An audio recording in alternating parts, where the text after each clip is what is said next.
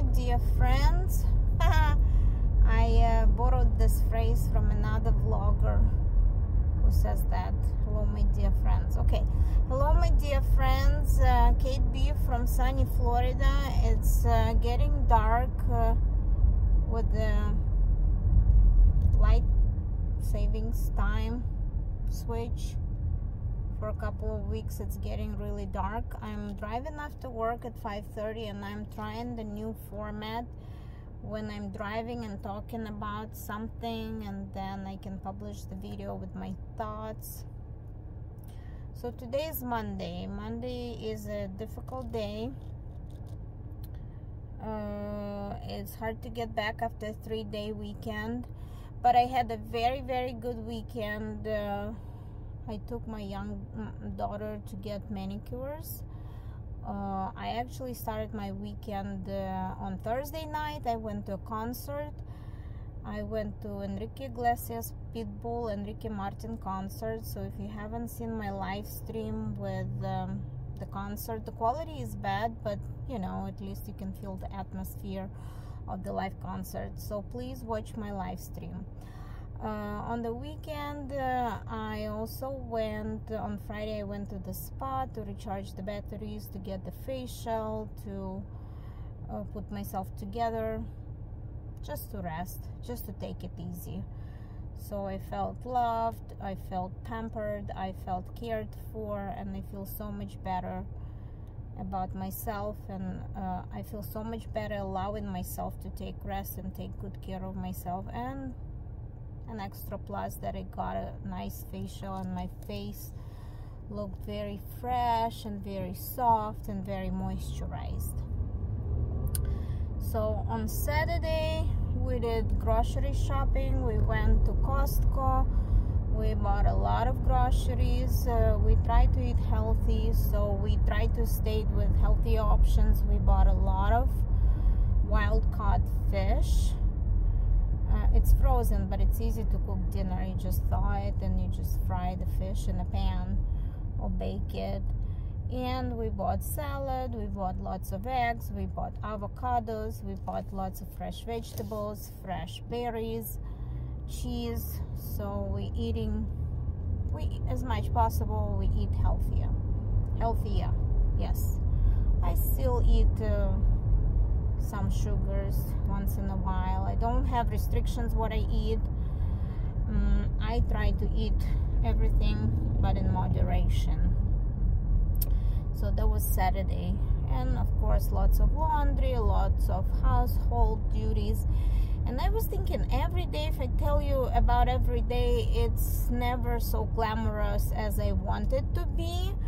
It's never concert or spa every day. For example, on Saturday we had to deal with a clogged toilet, and we are so blessed to have 3 toilets in the house. So if one toilet gets clogged, you can use the other 2. But in this situation, this toilet is the most convenient one for everybody to use, and it got clogged and the water wouldn't go away. So it was almost a disaster. And of course, as much as I want to be glamorous and happy-go-lucky and relaxed and less stressed, life gives you these little things to take care of. So on Saturday we had to deal with the clogged toilet, and on Sunday morning my husband went to the store.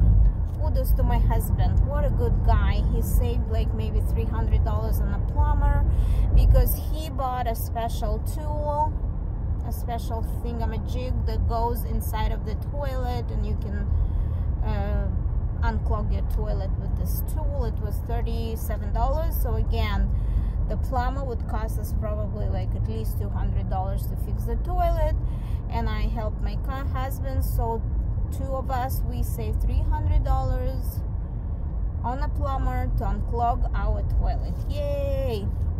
So the last time I had a little short where I fixed the toilet, I had to change something in the toilet tank so the water can flush. But this time we unclogged it. So twice we saved some money on the plumber, and I'm very proud of it. So that was Sunday. And on Sunday I also took my daughter for a manicure. So I got a pretty manicure. It's nothing fancy. I wanted some quiet fall color, something that makes me happy and that looks that my nails are taken care of. So that was the weekend in a nutshell. And of course yesterday I cooked something. I cooked salad, and yesterday I cooked chicken wings, roasted chicken wings.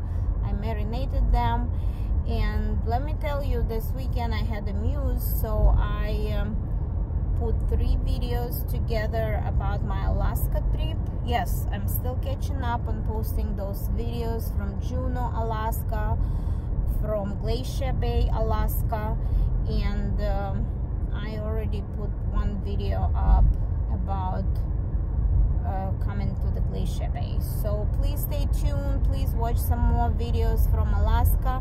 They don't get watched as much, but as I told before, I like to enjoy the process of making those videos, combining all my little clips into 1 video, putting the music. The process makes me happy, because while I'm making the video, I'm reliving good memories, beautiful, happy memories, being on such a wonderful trip, visiting Alaska, seeing Alaska with my own eyes. And again, the process makes me happy, and even if it doesn't get watched, I don't make a lot of money on those videos. It's totally fine with me, because that's all my memories. I'm gonna keep those memories forever. And if I watch this video with the beautiful music, reliving the moments when I've been on a trip, that's already beneficial. That's already makes me happy. Yes, so please stay tuned and watch my Alaskan videos. So today I wanted to talk a little bit about controversial content, and why I started to be interested in the controversial content. I think, and why I'm thinking about controversial content, controversial if it means there is some controversy. For example, some vloggers can film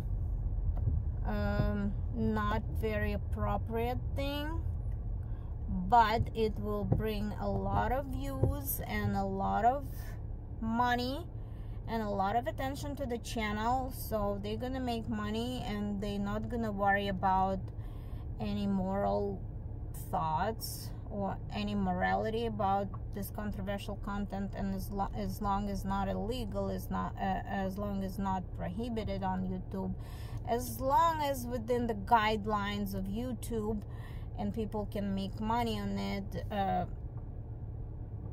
that's okay. But something might be a little controversial about that content. For me, controversial content is, for example, you show your family member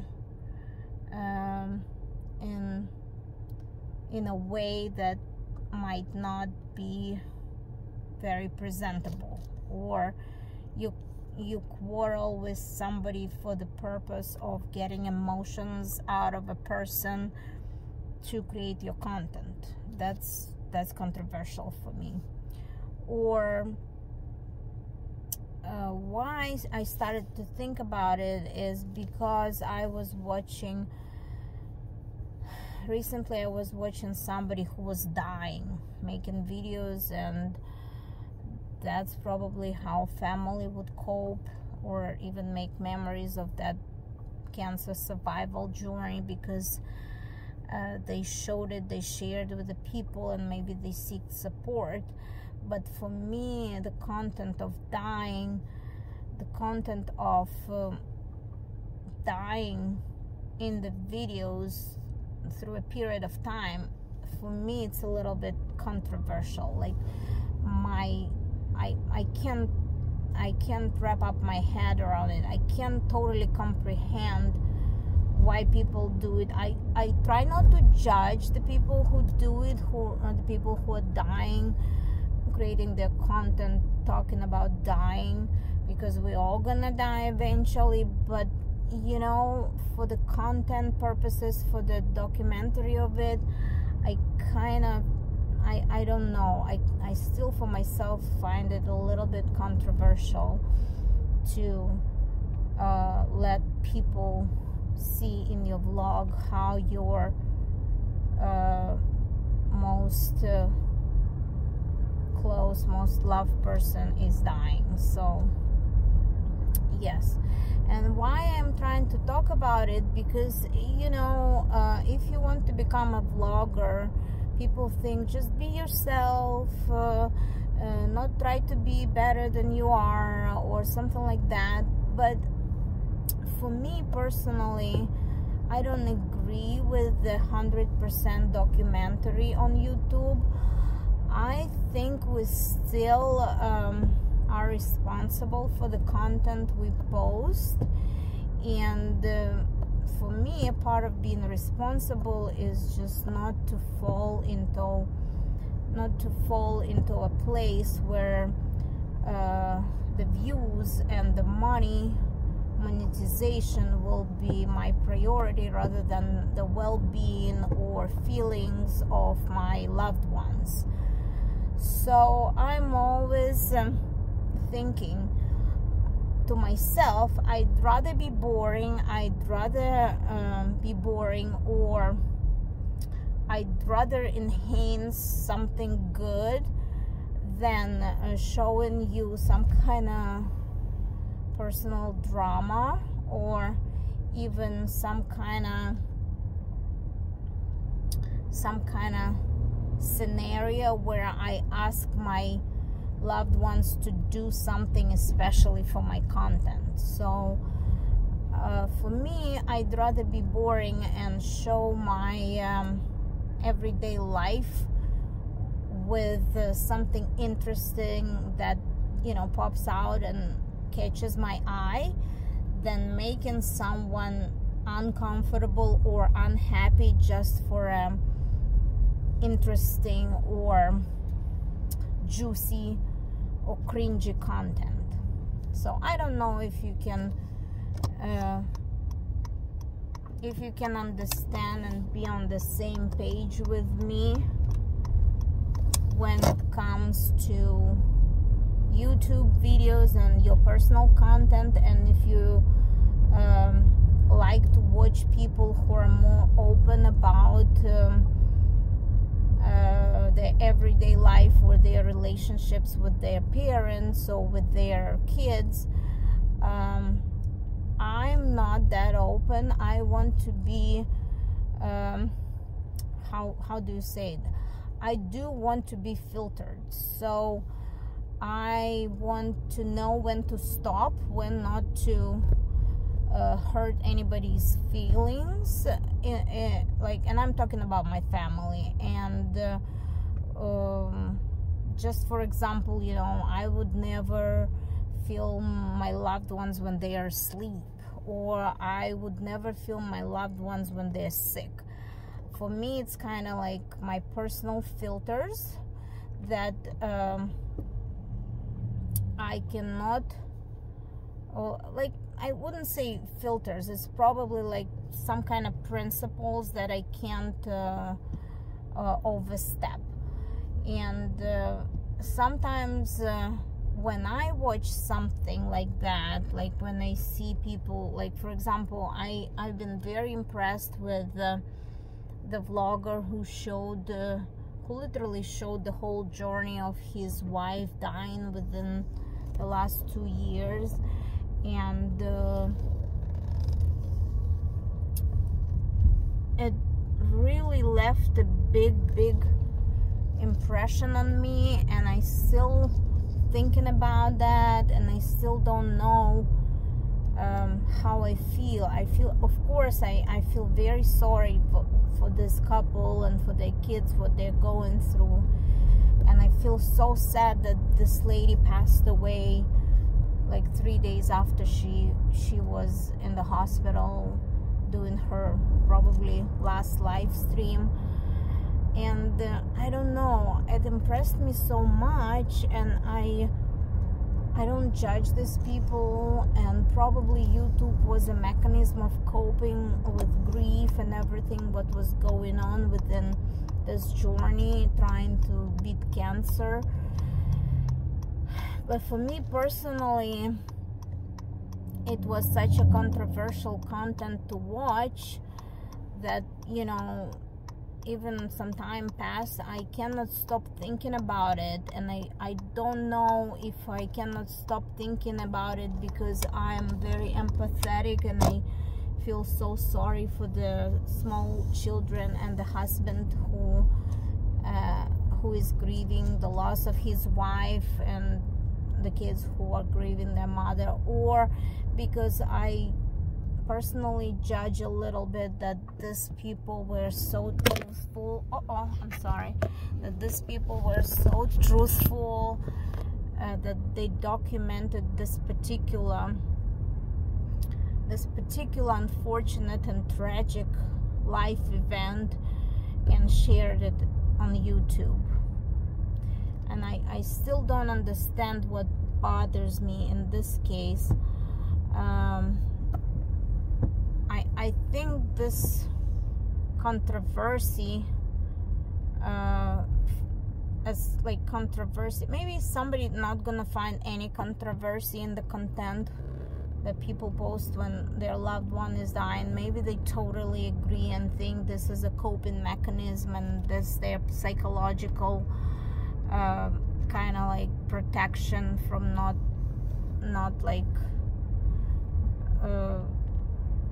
dying from grief, or like getting severely depressed, just to let it out, to be truthful, to let it out and share that grief with people on YouTube. But for me, it was so raw. It was so raw. Yeah, it was so raw, and it was so unfiltered that I can't stop thinking about it. And it makes me think how I want to deal with my YouTube, and how much I want to share with my viewers, how much of my personal life I want to share with my viewers. And I kind of, at this point of life, at this stage of my YouTube channel, I just want to be